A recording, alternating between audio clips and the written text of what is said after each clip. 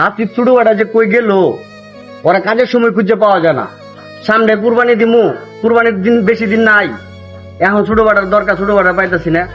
গরু কিনতে হইব, গরু হাটে যাবো, দিই তো সামনে আছে কিনা। ও আসিফ ছোট ভাই, আবার ভাই এদিকে আ।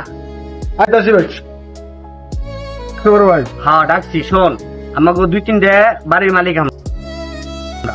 এখন আমাকে তো মনে করছি কুরবানি দিতে হইব, কুরবানি আর বেশি দিন নাই। চল যাই গরু হাটে, সবচেয়ে বেশি দাম দিয়ে একটা গরু কিনি, কি কর? ভাই তুমি বড় গরু কিনে কি হইব ভাই? তোমার তো বড় করে দিলে লাভ নাই। তুমি বড় গরু কিনা তুমি লোক দেখানোর জন্য কুরবানি দাও। গরিব দুঃখের তো 2-1 পিস মাংস দাও না ভাই। এর সাথে ভালো তুমি একটা ছোট্ট একটা গরু কিনে সবাই মাঝে বিলিয়ে দাও, এটা অনেক ভালো হবে। এতে তোমার কুরবানিটা কাজে লাগবে। ছোট ভাইয়ের মতন থাকবি, এত বুঝস কে? আমি কোন গরু কিনবো, কোন গরু কুরবানি দিব, এটা আমি কি তোর জিগায় কিনতে হইব? তুই ছোট ভাইয়ের মতন থাকবি। কারণ আমি লোক দেখানোর জন্য কুরবানি দিলে কি দে, এটা তোর কাছে বলতে হইব। কারণ গরু কিনে সবাইরে দেই, কিন্তু তোর কি দেখায় দিতে হইব? তোর দেখায় দিতে হইব না। কারণ গরুর বাজারে যাই, চল যাই গরু কিনি, 2 ভাই দ্বন্দ্ব করার দরকার নাই। চল যাই আগে গরু কিনে নিয়ে আসি। ভাই তোমার লাগে আমি যাই পারবো না ভাই। তুমি যাও, তুমি যাই তোমারটা তুমি কিনো, আমি আমারটা কিন্তু দরকার পড়ে আমি একটা ছাগল কিনা কুরবানি দিব।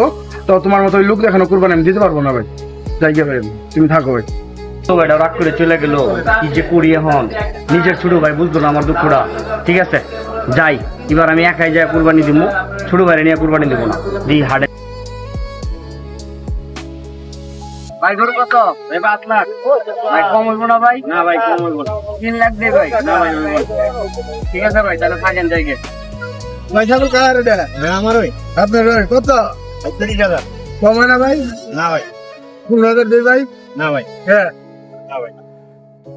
3,000 হয় না? একটু বাড়া। 20 দেই? আচ্ছা ঠিক আছে। আচ্ছা ঠিক আছে।